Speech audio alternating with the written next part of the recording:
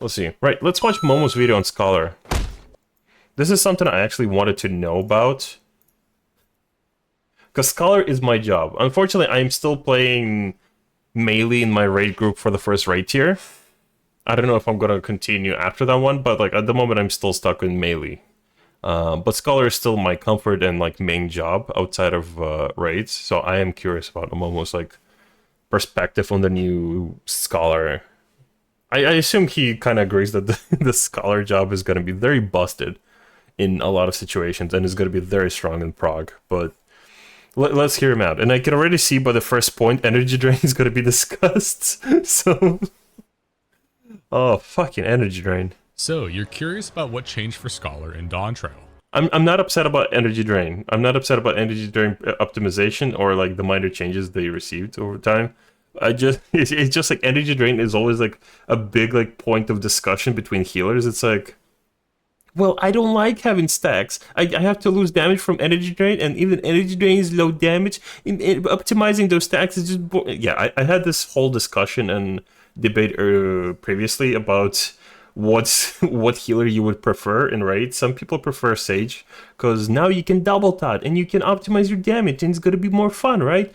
Meanwhile, I'm like, I want more tools to delete mechanics. Scholar is so fucking good right now.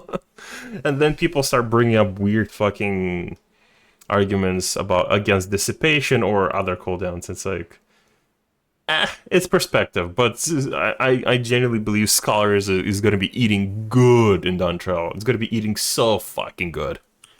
Well, Scholar didn't really get too much removed or changed. Energy Drain still exists, which I know a lot of players were definitely expecting to get removed, myself included. And depending on the type of player that you are, this is either a good or bad change, but to me personally, Aetherflow management just adds another facet of optimization to the job, so I am content with it. Our ability to manage said Aetherflow has only gotten better with the reduced cooldown to Recitation coming, which we'll get into later. Yeah, Recitation reduced cooldown is really big. A lot of starting scholars do not read their fucking tooltips, but if you ever see this video in your new Scholar player, Recitation allows you to cast some of the spells without using your Aetherflow stacks. So now, with Recitation being 60 seconds, you either have a... Well, not spread low every minute, but like, you have basically 4 Aetherflow stacks, but like, theoretically, 4 Aetherflow stacks every 1 minute.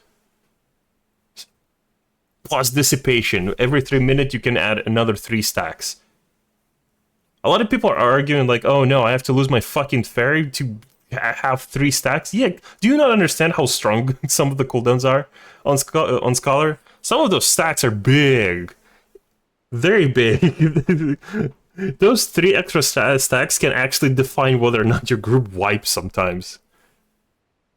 You need to understand how big just having stacks is for a Scholar specifically. The only downfall to Energy Drain is that Square Enix technically has the balance for the damage trade-off into Aetherflow healing, otherwise it might lead to a weird disparity between its competition. Dissipation has also I do agree on that one. not been removed or changed in any way, meaning that the fairy is still removed from combat and you still gain 3 Aetherflow as a reward for using it. This is actually a pretty good thing for Scholar, as Dissipation is our core recovery tool when it comes to Aetherflow. It's a Yep. That is also a really good point. Like, on a lot of situations, like, just increased healing by 20% and extra 3 Aetherflow stacks, big! I'm telling you, like, people do not understand how strong the toolkit is on a Scholar. That can save a pull just having those. Plus Recitation at 1 minute. Oh, mamma mia, Pedro. Like, sweet Padre, forgive me. I am eating so good right now. Good Scholars are precious. Bad Scholars are numerous and easy to spot. Yeah. They will just spam fucking, add low. They will just put soil and that's it. They will use all their Aetherflow stacks into DPS. People do not understand like what joy it is to sometimes... Sure, damage optimization is... it's alright. It's alright if you're specifically optimizing around damage. But when it comes to prog and just raiding, holy... The amount of possibilities that Scholars have, it's so fucking fun that way. The amount of tools Scholars have right now, or sorry, to be specific, like in Dawntrail, the amount of tools we're gonna have, we're gonna be deleting mechanics. Scholar paired up with Astro with their weird fucking like amount of defensive kits. All the new defensive spells Astro are getting. Holy shit, people are gonna be destroying mechanics left and right with that combo. It is wild what how people are still against Scholar. A very essential prog tool for scholars and would be devastating to lose it entirely. That being said, I do think it's archaic in design, and I am very surprised it wasn't changed at all. I am also kind of surprised that they didn't like at least not like upgrade it, but like add an additional effect, something like Dissipation has been around for a while. It is a very strong tool, but you know I feel like it could be better. Could be better. I don't know. It's hard to tell what you could do with it. Like you get I don't know. You use Dissipation, and instead of getting replacing or overriding your Aetherflow stacks, you can use Aetherflow, like 3 Aetherflow stacks at no cost. That could be a good effect. Hard to tell, honestly, how to improve Dissipation, but I feel like it could use a bit of a bit of a budge. But now we have 2 3-minute cooldowns. I'm fine. I'm gonna be fine, honestly. I will not lose sleep over this. Particularly due to the fact that they now added another tool to Scholar's kit that does synergize well with it, meaning that Seraph, all fairy abilities, and Seraphism are locked under its effects. This leads to interesting decision making for the more hardcore Scholars, but it doesn't bode well for the more relaxed ones. Oh yeah. Moving into some of the new actions Scholar has obtained at level 92, Scholars will get Baneful Impaction. Now, after we use Chain Stratagem, we will now get a buff that lasts for 30 seconds that enables you to use an ability called Baneful Impaction, which is going to deal a total of 700 potency of damage over 15 seconds on and around the target used on. This is an upgrade for not only adding damage to our burst windows, but also when we are running dungeons or if there are ever multiple targets to attack in raids. It is good, but the fact that we only essentially get it at 92, kinda, I don't know, like the 700 potency, I love that. I love that for us. But I feel like for something that we use every 2 minutes, it could be a bit more. I think I said the same thing about the Astro rework. Something, I don't know, more fulfilling that it can do. I don't know. It's like just applying a dot within the damage window buff. It's like it's great, I guess. We can double dot every 2 minutes. I don't know. It's hard to tell how to make this play fulfilling. I am happy that they're doing something with Chain. Obviously, they're not gonna upgrade Chain to like higher percentage, but like just having a follow up on it, it still also feels satisfying. Just to make sure, like I'm happy with this, but I just want more. I just want more cake.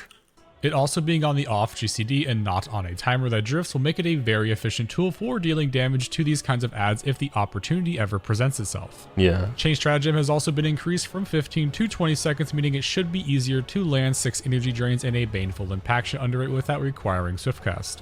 Yeah, the duration, like after the last video, I did kind of have a bit of a think on like the duration of raid buffs. I kind of agree, like that is going to be really good. Honestly, that's it. Those are all my thoughts. The fact that the duration has been changed to something better. The next cooldowns we'll get are not only a cooldown reduction to Swiftcast at level 94, which lowers the recast time from 60 to 40 seconds, but also a potency upgrade through Tactician's Mastery, which increases the potency of our Biolysis and Broil. I'm gonna keep repeating this, but like the reduced cooldown on Swift is big, especially for healers. That is a lot of utility given us to us. 2 utilities per minute. It is going to be big. It's going to be giga big. It's important to bring up that Ruin 2 did not get an increase in potency, meaning that instead of taking a 75 potency loss for every Ruin 2 we do, we'll now take a 95 loss. See, 90. Yeah, see, this is what I mean. It's like just having that Swift just to sometimes move. Because like people don't usually use Ruin because it's some weird damage increase. Unless you, I guess, could use with... Actually, no, it's not even an increase with energy drain. But sometimes people will use Rune for mobility, for example. That's probably one of the few situations where people will use it. But I feel like at this point, that Swift is going to help with a lot of the situations. So Rune would essentially not be needed to even have that upper potency. Because that's what people use it for. People don't optimize around it. I don't know, those wings look weirdly small, like they have erectile dysfunction. Oh, come the fuck on. Chill. Behave, what the fuck? A part of me hopes this makes it into the live build, as this gives scholars more incentive to optimize their casts, but I feel like this might be an oversight due to other skills like Macro, Toxicon, and Pneuma also not being increased. Oh yeah, I guess our 2 target damage also got slightly nerfed too, only being a 45 potency gain now.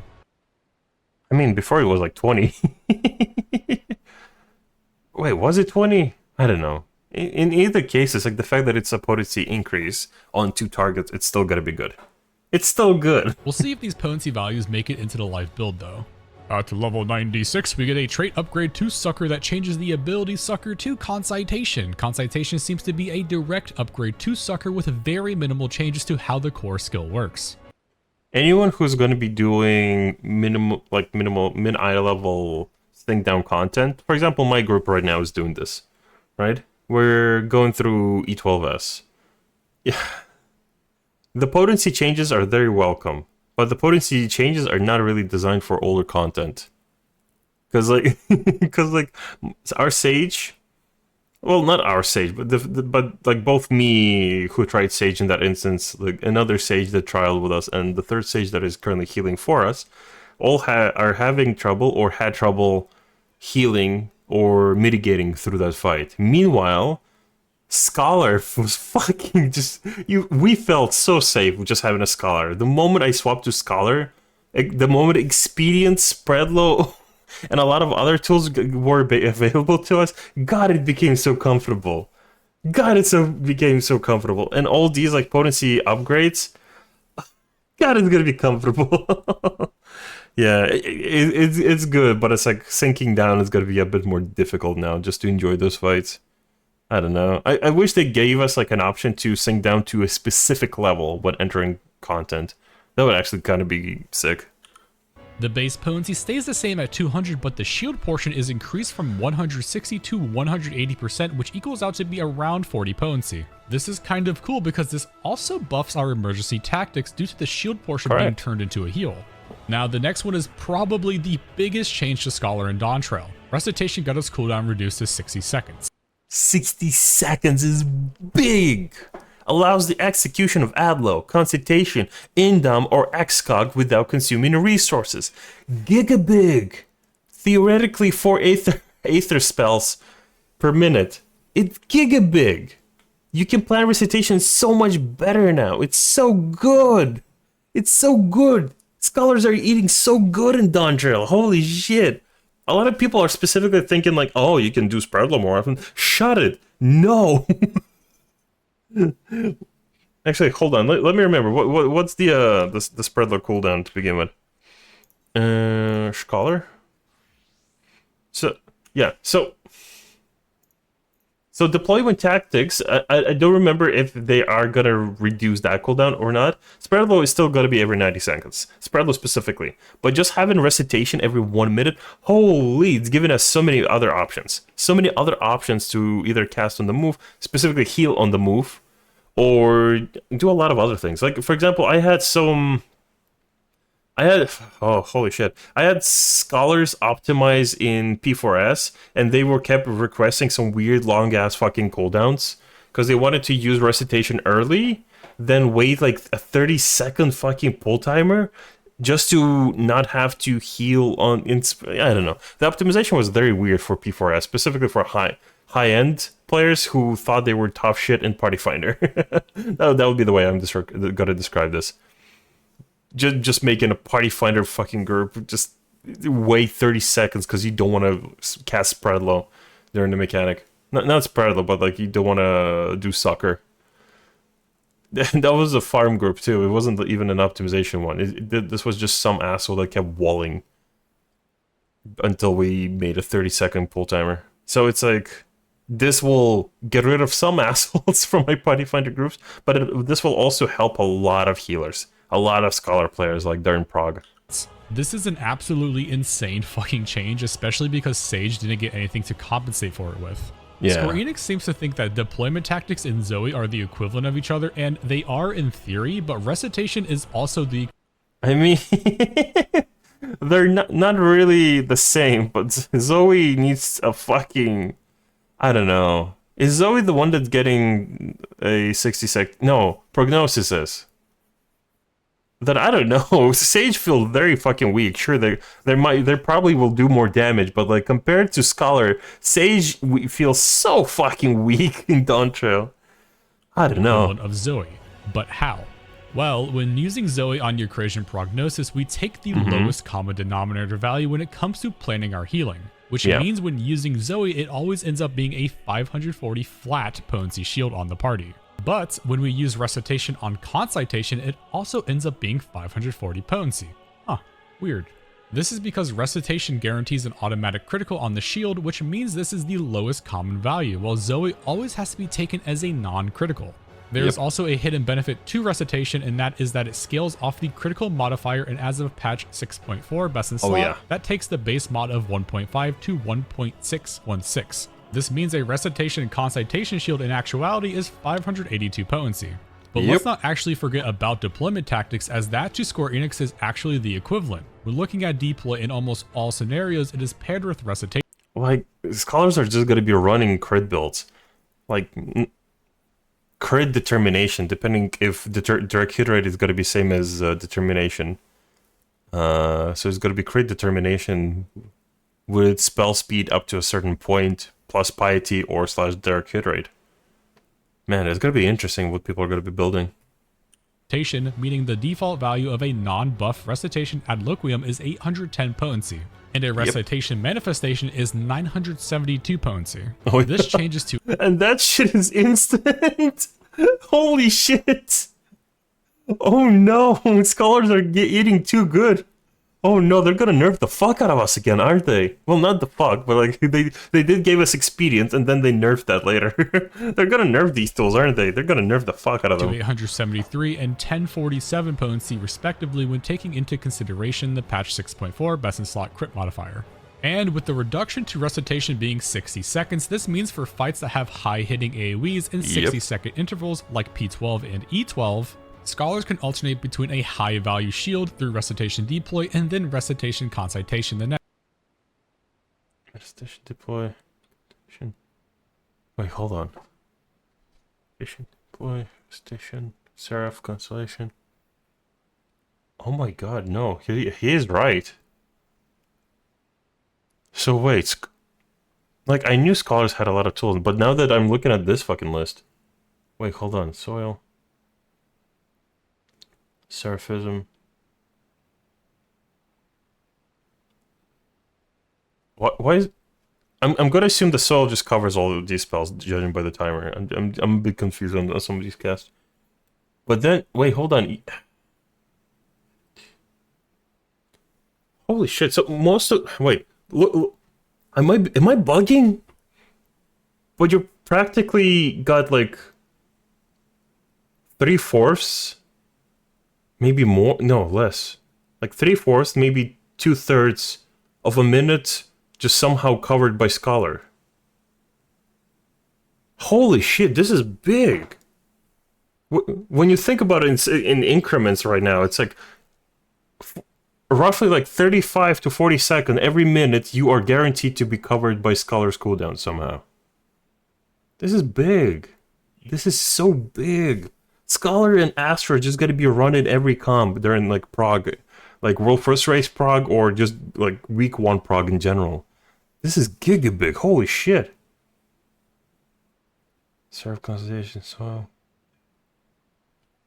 2 recitations here at the end as well. Fuck's sake. Next, letting Scholars not only manage their tools better, but just straight up give them more mitigation to their already extensive mitigation kit. But the Recitation change is not the end-all of why Scholar will probably reign king as the mitigative healer in Dawntrail, as the next ability will also have an impact on that.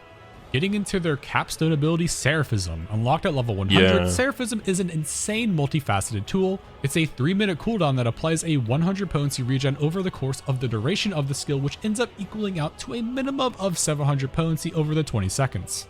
Chad, you have no idea how busted this ability is. This is giga busted.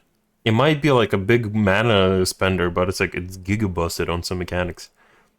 If we're not optimizing damage, you are deleting mechanics, especially because you're setting up fucking emergency tactics to be 1 second. What the fuck? Even without the dissipation buff, the fact that you're giving a constant regen to your entire group which I assume is going to work similar to Soil, which is going to like still last the server tick even if your Seraphism is gone. But like the fact that you also have instant heals on Manifestation, whichever one of them, like Consultation, it's like it's so big. It's giga big value. The amount of shit you can heal, like, you know how a lot of speed groups, I think it was actually Momo's video that I watched, I think it was Uwu, where they were just soaking damage to generate LB3 very early. They would literally stand in I think it was actually Momo's group. They stood in Garuda, AoE, and Uwu in P1, and they had LB3 like within the first like 12 seconds. Because they stood in the... In like not the first 12 seconds of the fight, but like they stood in the little tornado and they just kept being held through and they just generated LB3. This is very big for strats like that. This is so big. Some people think that, like, you know, you're losing damage because Scholar doesn't do enough damage, but do you understand the value of cooldowns like this? This is giga big. Not only this, but it also completely changes the effects of Sucker and Adloquium to Accession and Manifestation, which in addition increases the base potency of the skills equal to a 20% healing increase, but also makes them instant cast for the entire duration of Seraphism. Instant cast, in holy combination fuck. with the above change. You can insta cast, heal, and weave in between as well. That is so fucking big. It also reduces the cooldown of emergency tactics to 1 second, meaning under its effects, Scholar becomes a healing powerhouse for those 20 seconds, similar to how Neutral Sect works on Astrologian. There is one restriction to the ability, however, and it's that it does not synergize with Dissipation, as it requires a fairy to be on the field to meet usage requirements. I mean, I feel like we're gonna be fine. I feel like we're gonna be just fucking fine with just this condition. Like, when I saw that the spell, like, specifically in the job trailer, I was expecting more punishment. Like, more, not punishment, but the conditions to use this spell. Like, you have to have Seraph out to turn to Seraphism or some shit. I don't know, something added to it, because this seems like a very strong cooldown. But then, if it's just Dissipation, yeah, we'll be just fucking fine. As stated prior, this tool has so many ways you can use it. You can use it for movement mechanics that require healing. You can use it to increase the potency of your shields for one-off damage. You can use it for high outgoing damage moments like Harrowing Hell. You can even use it to handle damage if your co-healer dies in your left solo. Or if there's simply nothing else to use it on, you can just press it for the regen effect. There's just so many ways you can use Seraphism, but the primary use would probably be a buffer to your mitigation and or healing on the move. Seraphism in conjunction with the Recitation change is going to have a heavy impact on Scholar's mitigation potential, as Seraphism is basically a 20% healing increase built into their GCDs, meaning that they can further space out mitigation when using this action with Dissipation, giving them two 20% healing buffs to work with on top of Fey Illumination's 10%. See what I mean? It's like, the more I'm looking at this list, the more fucking mentally insane I believe the devs are at Square Enix. Like, someone is eating really good. Someone is a big, avid Scholar player over there. Because, like, look at the amount of cooldowns you get just from Scholar alone. Like, this list is just, like, it's so... I don't know, it's daunting to look at, but it's so fucking exciting. If nothing fucking changes... Holy... While talking about Seraphism, I think it's very important to bring up Philosophia from Sage. While Philosophia also increases their healing by 20%, its primary use will generally not be for mitigation, but for healing instead, unless mitigative damage just happens to line up with it. Yeah, I feel like on Sages, it shouldn't be specifically healing magic potency by 20%, but, like, I don't know, maybe shields potency instead. I know shields pop off from healing magic, but from healing potency, but I don't know, it's like, I feel like increased magic potency, it's like their healing throughput is going to be wild. Like, their healing throughput is already very fucking strong, considering they're a shield healer. But now they're going to have this spell. Obviously, I see that it's like on 3 minutes, but it's like, it's... Wait, hold on. Is it 3 minutes? From Sage. Yeah, it's 3 minutes. 3 minutes, it's like, it's still a very big cooldown. But it's not that big. It's like, I feel like, I don't know. It's hard to tell what's happening. I feel like they're either looking to make healers to be able to not just play particular slots, like, you know, regen and shield healer as the meta, but now you can play White Mage with Astro, because Astro has so many fucking defensive spells And so it's such a vast fucking toolkit outside of the fucking card. I don't care about the cards. I care about the other fucking cooldowns that are apparently, are massive. You you cast divination, and then you can also like reduce damage taken by 10%. Okay, cool, sick, man, sick. Love that shit. Love that for me. Then it's like, and now Sage is gonna have like increased healing potency. It's like you can literally run Sage. I feel like Sage has Pepsis specifically for the reason to run double shield healer. Because like when my group was doing DSR, that was pretty much my role as a Sage. I swapped from Scholar to Sage, and my co-healer swapped to Scholar, and I was basically there just to increase the healing and improve the spread of my co-heal. Otherwise, Pepsis was there to heal, and I was just the healer, honestly. I was not there to mitigate much. I still mitigated, obviously, because, Caracol is strong, but, like, it wasn't as big as what the Scholar was still pulling off, but, like, with the help of the Sage. I believe, like, all these tools are going to offer, like, a lot more flexibility between the healer comps. Because it is something I complained about, because, like, there's, like, so many melees that they can fill in any of the 2 slots in a static, right? Healers, you gotta play Regent Healer, and you're gonna fill in 1 slot. You gotta play Shield Healer. Obviously, there are people who will make the exception to the meta, but like that rule is kind of more grayed out now. Like, I feel like healers can actually kind of coexist together, and you can have a Sage and Scholar, you can have a White Mage and Astro now with these toolkits. But that's just my opinion. While Philosophia also increases their healing by 20%, its primary use will generally not be for mitigation, but for healing instead, unless mitigative damage just happens. Although I feel like this cooldown is like for something that just increases potency. I don't know. I feel like I would have reduced potency to like maybe 15, maybe another 10, and just put it on 2 minutes. Because like 3 minutes for such an effect, I feel like you're not getting much. Other than the healing potency increase, it's like I feel like the eudaimonia, it's cool, but I feel like it's not as strong as people will make it out to be. You're gonna have to buff it with either Physis or something else. I don't know. It's just my opinion. I generally believe Sages kind of got cocked for Dawntrail. Understandably, they're the new job. They cannot get all the good toys, but I feel like they still got kind of cocked. To line up with it.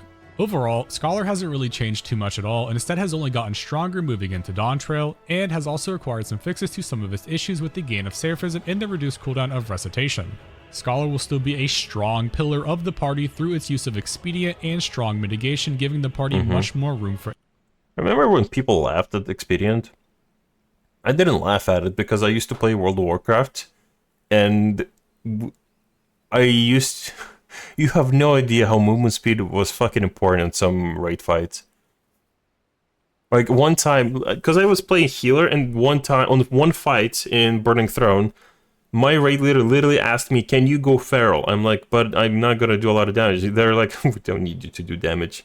We just need you to swap to feral so you can have stampeding roar, so you can give team some movement speed." I was like, "Motherfucker, fine, but dibs on the fucking trinket." Yeah, it was fucking wild. But yeah, a lot of people laughed at it, but it's like, it's such a strong fucking cooldown. It's too strong. Even right now, after they nerfed it, it's too strong. But I'm glad it's there. I'm gonna eat that. Yum yum. For error over what its competition can bring.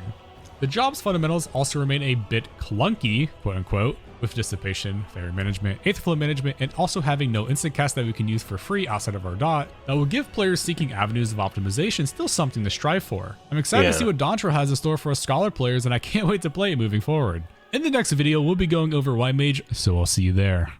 Ooh, can't wait for White Mage. I'm actually curious about the White Mage situation.